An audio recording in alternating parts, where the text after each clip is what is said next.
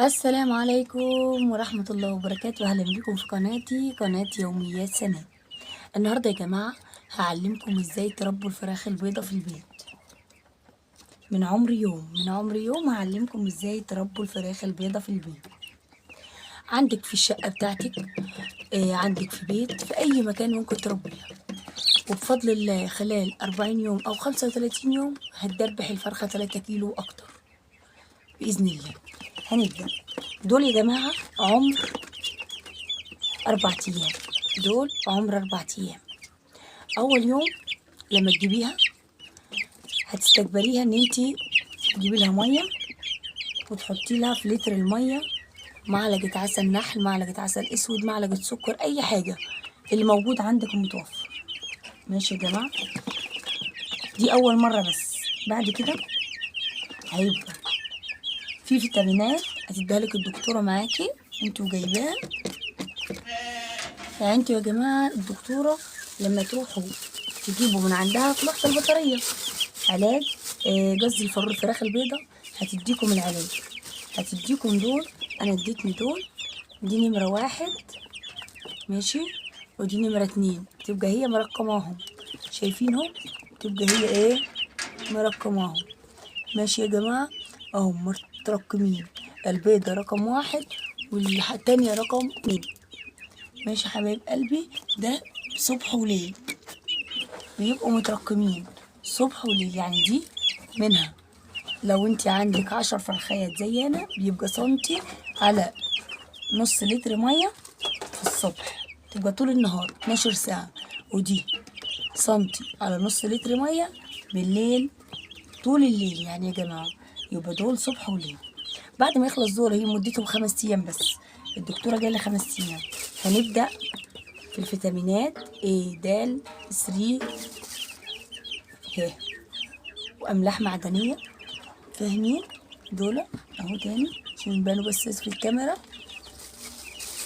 وادي التالتة اللي هي فيتامين ه. ماشي، دول ورا بعض. دي فيتامينات، عبارة عن ايه؟ فيتامينات، عبارة يا جماعة عن فيتامينات. ماشي يا حبايبي، انا جايبه لهم السجايات بتاعتهم وجايبه لهم العلب بتاعتهم، بس انا ايه حطاهم يعني جنبي اجرب. احنا اول حاجه دلوقتي بصوا، هم قاعد شاربين الميه بتاعت بالليل وواكلين. ماشي، شاربين الميه واكلين، في اي حاجه حطي لهم. دي بتاعت اللانش بوكس بتاعت السنه اللي فاتت بتاعت بنتي، مش محتاجاها واللانش بوكس اتكسر فانا استعملتها.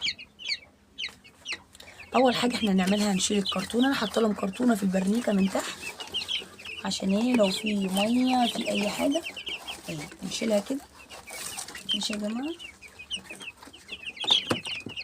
نشيل بقيه عشان هي باشت من الميه، عشان امبارح ما غيرتها لهمش.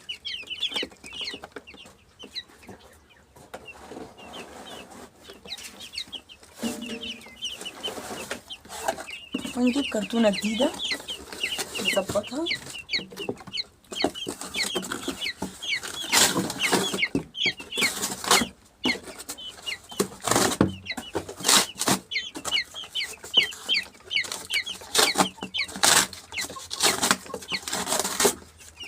انا جبت واحده جديده اهي، ظبطتها، وابدا ادخلهم كده على جنب واحد واحطها كده كده اهو، كده اهو، وهم هيمشوا معايا عليها. وادخلهم من الناحيه التانيه كده يا جماعه، واروح ايه حطاها اهو كده. يبقى انا كده غيرت لهم الفرشه بتاعتهم. ماشي، ظبطتها لهم اهو، نص المكان بقى نظيف وبقى حلو.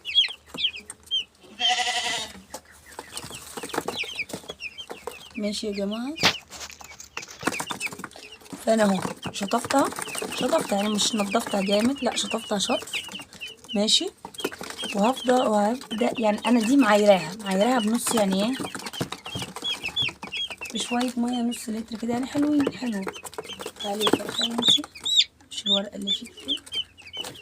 ماشي، وهفضل يا جماعه كده اجيب، بصوا هجيب دي كده، اجيب بميه كده اهو كده. ماشي كده اهو، واروح حطاها لهم هنا في النص. كده، لو مايلة هعدلها كده. ماشي، ممكن انا اكون مليتها اكتر شوية عشان كده نزلت في الكرتون بس. واروح جايبة زي ما قلت لكم الفيتامينات دي مداري الدكتورة اهي. سعر الفرخ يا جماعة 36 انا جبته اهو، سنتي سنتي، شايفينه سنتي. واروح حاطاه في المية واجيب السرنجة كده املاها تاني مية واعملها كده. انا سعر الفرخ ده جايباه عمر يوم ب36 جنيه. ماشي، ب36. واجيب كمان اهو العلف ده نضيف، انا شايفاه نضيف بس هو ناعم شوية، اكمل لهم عليه عادي. ماشي اهو كده، احط لهم حبة عليه تاني كده اهو.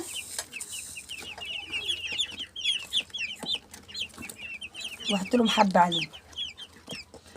العلف ده يا جماعة ده جايباه من عند الدكتورة، قالت لي هيبقوا مرحلة أولى، فاهمين؟ ياخدوا 8 كيلو، ياخدوا 8 كيلو مرحلة أولى. بعد كده لما يخلصوا ال8 كيلو دول هندخل على المرحلة التانية، يعني يكونوا كبر. يعني المرحلة الأولى معناها إيه؟ اللي هي ناعمة شوية، ناعمة، ده علف ناعم. المرحلة التانية هتبقى خشن شوية، كبير عن كده شوية.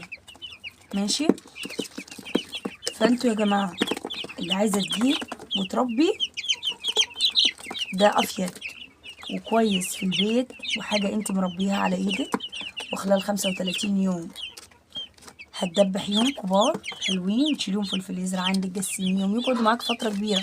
انا جايبة 10، ال10 فرخيات يعني انت تحطيهم في اي مكان، ممكن في البلكونة، بس هو ده يعني عايز لمبة فوقيه. انا حاليا عايزة اللمبة عشان انا بصور لكم، بحط اللمبة عشان يبقى ليل ونهار ياكل. وانتوا كل شوية ادخل اعمليهم كده ده زي ما انا بعمل بيدي كده اهو. عشان ايه؟ لو واحدة نايمة بتصحى، دول احب هما يناموا على طول، فانت لا صحيهم عشان ياكلوا، كل ما ياكلوا كل ما يكبروا بسرعة. فانا زي ما قلت لكم دول عمر 4 ايام، يبقى بكرة اخر يوم في الجزاز الصغير اللي انا وريتها لكم، وهشيلها وهبدأ ان انا احط لهم الفيتامينات التانية. انت الدكتورة تديك روشتة وتديك الطريقة انت تتعاملي فيها ازاي معاهم. ماشي يا جماعة، يعني زي ما قلت لكم في اي مكان تحطيهم، وفي لمبة تحطي لهم لمبة، اهم حاجة لمبة عشان هي تبقى منورة عندهم. ماشي، وانتوا يعني تحسوهم ان انتوا كده 24 ساعة تبقوا قاعدين جنبيهم. هو اصلا الفراخ البيضة يا جماعة نصيحة، يعني اللي عايزة تجيب من اول شهر 9 اللي احنا فيه ده، لان الدنيا بقت طراوة، وده ما بيستحملش حرارة بيموت لو في الصيف عايز مروحة. ماشي، وممكن كمان ما يكملش معاكي.